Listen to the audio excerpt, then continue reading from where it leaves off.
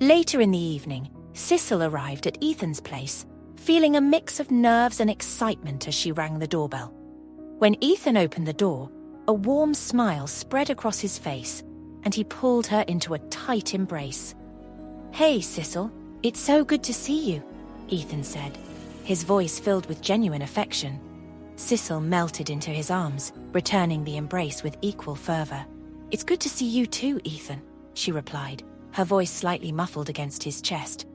As they pulled back, their eyes met, and in that moment, Sicil felt a rush of emotions flooded over her.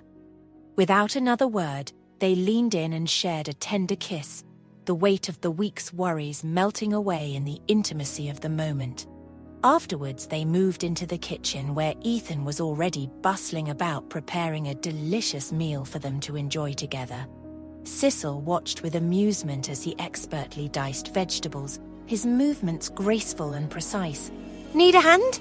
she offered with a playful grin, leaning against the counter. Ethan chuckled, glancing over at her. "Sure, but just be warned, my cooking skills are top-notch. You might not be able to keep up," he teased, handing her a knife. Sicil accepted the knife with a mock glare. "Oh, please, I am a culinary genius in the making," she retorted, pretending to inspect the knife with exaggerated seriousness. As she attempted to dice an onion, her brow furrowed in concentration, struggling to keep the pieces uniform. Ethan leaned over, a teasing grin playing on his lips. "You know, Sicil, they say cooking is an art, but I think you are creating a masterpiece of chaos over here," he joked, earning a mock glare from Sicil. "Hey, watch it, chef. I may not be a culinary expert, but I have got potential," Sicil shot back, feigning offense as she continued to hack away at the onion.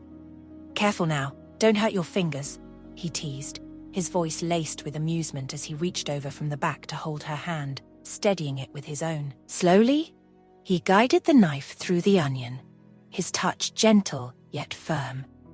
"You want to keep your fingers tucked in like this," he murmured, his breath tickling her ear, as he demonstrated the proper technique, and then make small, even cuts. Sicil's heart fluttered at his proximity, making her feel warm and fuzzy. "Looks like we'll never get dinner done at this rate," she quipped, setting the knife down and turning to face him, a mischievous glint in her eyes. Leaning in, she placed one hand around his neck and traced a finger along his jawline with the other. "I'm craving something else now," she whispered, her voice teasing. Ethan wrapped his arm around her waist, drawing her closer, his touch sending a shiver of thrill through her. "I'm at your service," he murmured, his voice soft and teasing. "What's on the menu?" Perhaps a little bit of me for dessert," he whispered, trailing his nose along her jawline. Sicil felt a warm, fluttering sensation in her chest as she gazed up into his deep brown eyes, ready to lose herself in the moment. But before she could respond, the cooker on the other stove erupted with a loud noise, making them both jump. They burst into laughter, the light-hearted moment melting away the tension, leaving only a sweet intimacy between them. Sicil picked up the knife again and followed his instructions, her movements growing more confident as she chopped the onion with newfound skill. "See? Easy as pie," Ethan remarked, his tone light and encouraging. Their laughter filled the kitchen as they worked together. Sicil could not help but feel grateful for those moments of simple joy in Ethan's company. While Ethan poured the wine for both of them, Sicil set the table and, as they indulged in the delectable roasted chicken, she could not help but let out a satisfied sigh. "Ethan, this chicken is absolutely amazing. How did you make it so tender and aromatic?" Ethan chuckled, a hint of pride evident in his voice. It is all in the seasoning and the slow roasting. I'm glad you like it." Between bites of mashed potatoes and stir-fried veggies, Sicil nodded in agreement. "Well, whatever you did, it is working wonders, and anyone can fall in love with your greens." Ethan smiled warmly, pouring a glass of sterling wine for Sicil. "And do not forget the wine. It is the perfect complement to the meal." Sicil took a sip, savouring the crisp, spicy notes of the wine. "You're right. It is like they were made for each other." "Just like us," quipped Ethan with love. Their conversation flowed effortlessly as they enjoyed their meal together, laughter mingling with the aroma of food and the clinking of glasses. With each bite and sip, Sicil felt a sense of contentment wash over her, grateful for the simple pleasure of sharing a delicious meal with someone she cared about. Once they finished eating, they moved to the living room, settling onto the sofa together. Sicil took a deep breath, gathering her thoughts before she began to speak. "Ethan, there's so much I need to tell you." Sicil's voice was barely above a whisper, but it held a determined edge as she began. Her heart pounded with the weight of everything she was about to reveal. "It's about everything that's happened over the last few days, and, well, everything that's been going on between me and Sebastian over the years." Ethan's eyes softened as he met her gaze, his expression shifting from curiosity to a gentle, attentive calm. He simply nodded, his silence an unspoken invitation for her to continue. Taking a deep breath, Sicil plunged into the memories that had haunted her since the weekend. She explained the letters, each one filled with Sebastian's deepest confessions and regrets, and how reading his words had peeled back emotions she'd thought were long buried.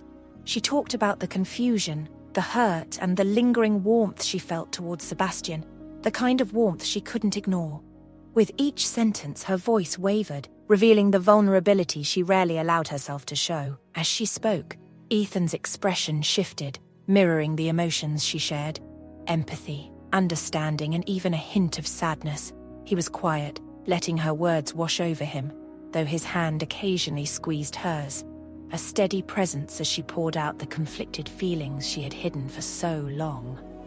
"I can't imagine how you must have felt reading those letters," he said finally, his voice tinged with compassion. "It must have been overwhelming, especially after everything that's happened between you two." Sicil's eyes grew glassy, her voice breaking slightly. Honestly, it brought back everything. All those years we shared and all the dreams I'd had about us. And then, to realize he felt the same way, it was like a dam broke inside of me. She let out a shaky breath, her lips curving into a sad smile. "He poured out his heart and now, I just don't know what to do." She paused, feeling a familiar swirl of emotions rises to the surface, feelings she was barely able to comprehend, let alone articulate. "I want to forgive him, Ethan. I've realized that holding on to anger it hurts too much. I want to move forward, to be free from the past. But I don't know where that leaves us, me and Sebastian, or even me and you." Ethan nodded thoughtfully, absorbing every word. He reached over, gently enveloping her hand in his touch grounding her, offering warmth and comfort. "You know," he said softly, "forgiving Sebastian doesn't mean forgetting the hurt or dismissing what he put you through. But if letting go of the anger makes you feel lighter, I think you're doing the right thing." Sicil's gaze held his, searching for a reassurance only he could provide. "You've been such an anchor for me, Ethan. You've been here through everything, even now when I'm just a mess of emotions." She laughed, though it sounded almost like a sigh. "You deserve better than having to listen to all of this." He gave a gentle shake of his head, squeezing her hand tighter. "Sicil, you're the kindest, most genuine person I know. Of course, I'd be here, no matter what." He paused, the corners of his mouth lifting into a small, encouraging smile. "You're stronger than you give yourself credit for, and no matter what you decide, I'll be here." "Thank you," she whispered, her heart feeling both heavier and lighter at the same time. It was a strange sense of peace, a moment where everything just stilled. Being with Ethan was like stepping into calm after a storm, and for the first time in days, she felt a sense of clarity, even if just a small one. Ethan's face softened as he took in the expression on her face. "Listen, if Sebastian brings you that much joy, that's not something to ignore. I see how much he's meant to you, and whatever you're feeling is valid, but whatever you need, whatever happens, I'm here.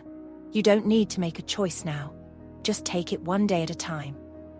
Sicil managed a smile, Ethan's words like balm on her heart. "You always know what to say."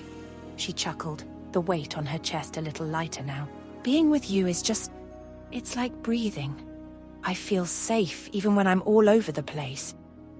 The sincerity in his eyes as he looked at her sent a pang through her heart. That's because you're where you're meant to be, he said softly, his voice carrying an unspoken promise, one that settled around them like a comforting embrace. In that moment, Sicil knew she had a choice to make, but she was no longer afraid. When Sicil arrived home later that night, she was surprised to find her mother, Jane, waiting for her in her room. Jane's face held a gentle expression, a mixture of curiosity and quiet concern that only a mother's love could convey. "Where were you, Sicil?" Jane asked, her tone soft and unaccusing. Her eyes, however, searched Sicil's face, quietly seeking answers beyond the words. Sicil paused, feeling the weight of the question but knowing there was no reason to hide it. "I was with Ethan," she admitted, her voice steady yet uncertain, wondering how her mother would react. Jane nodded slowly, absorbing the answer with a calm that surprised Sicil. There was no scolding, no barrage of warnings or disappointed sighs. Instead, Jane offered a small, understanding smile, a silent acknowledgement of the choice Sicil had made. She didn't attempt to discourage her daughter or raise concerns. Jane knew her daughter's heart well and understood that pushing Sicil against Ethan would only lead to stubborn resistance. After a moment, Jane turned her attention to a small stack of papers on the bedside table, her fingers smoothing the edges as she picked them up. "I have some paperwork for you to deliver tomorrow," she said, extending the documents to Sicil. "It's for the charity event I'm organizing with Mrs. Wilson. Would you mind dropping these off at her place?" Sicil took the papers, her mother's calm presence instilling a sense of reassurance in her. "Of course I can do that," she said, grateful for the errand that offered her a sense of normalcy amidst the emotional whirlwind of the past few days. But as Jane moved toward the door, ready to leave her to her thoughts, Sicil felt an undeniable urge to understand her mother's silence. She couldn't quite shake the feeling of confusion that Jane's measured reaction had left behind. "Mom!" Sicil called out, causing Jane to stop and turn, her face warm and open. "Why didn't you say anything about me spending time with Ethan? I thought you'd... I don't know, have concerns or at least some kind of opinion on it." Jane considered her daughter's question, her expression softening even more. She stepped back into the room, taking a seat on the edge of Sicil's bed, looking at her with wise maternal eyes. "Sicil," she began gently, her voice laced with the warmth and patience only years of motherhood could bring. "The choices you make about who you want to spend your life with, those are yours alone. The heart knows things the mind doesn't always understand, and I know you need the space to figure that out on your own." She paused, letting her words sink in, watching the thoughtful expression on Sicil's face. "If I tried to interfere or push you one way or another, it wouldn't help you. I want you to make a decision that feels right for you, not just one you'd make because you thought it would make your father or me happy." The unexpected support and wisdom in her mother's words left Sicil speechless for a moment. "So, you wouldn't mind if I chose to be with Ethan?" she asked, almost disbelievingly. Jane's lips curved into a small smile. "You know, your father may have his reservations, but that doesn't mean he doesn't want your happiness. As for me, whoever you choose, if he treats you with love and respect, then I'll be right there by your side, supporting you both." There was a comforting certainty in Jane's words, a quiet strength that filled the room. For the first time in a long while, Sicil felt the weight of her conflicted emotions ease just a little. Her mother's acceptance didn't give her all the answers, but it offered her something just as important, permission to trust her own heart. As Jane rose to leave, she placed a hand gently on Sicil's shoulder, giving it a reassuring squeeze. "Life has a way of giving us the answers when we're ready for them," she said, her voice barely above a whisper, but the wisdom in her tone resonated deeply. "So take your time, sweetheart. There's no rush. I believe in you." With that, Jane left, leaving Sicil alone in the room, the air filled with a newfound sense of peace and clarity. As she sat on her bed, the weight of her mother's quiet strength stayed with her, reminding her that whatever decision she made, she wouldn't be alone.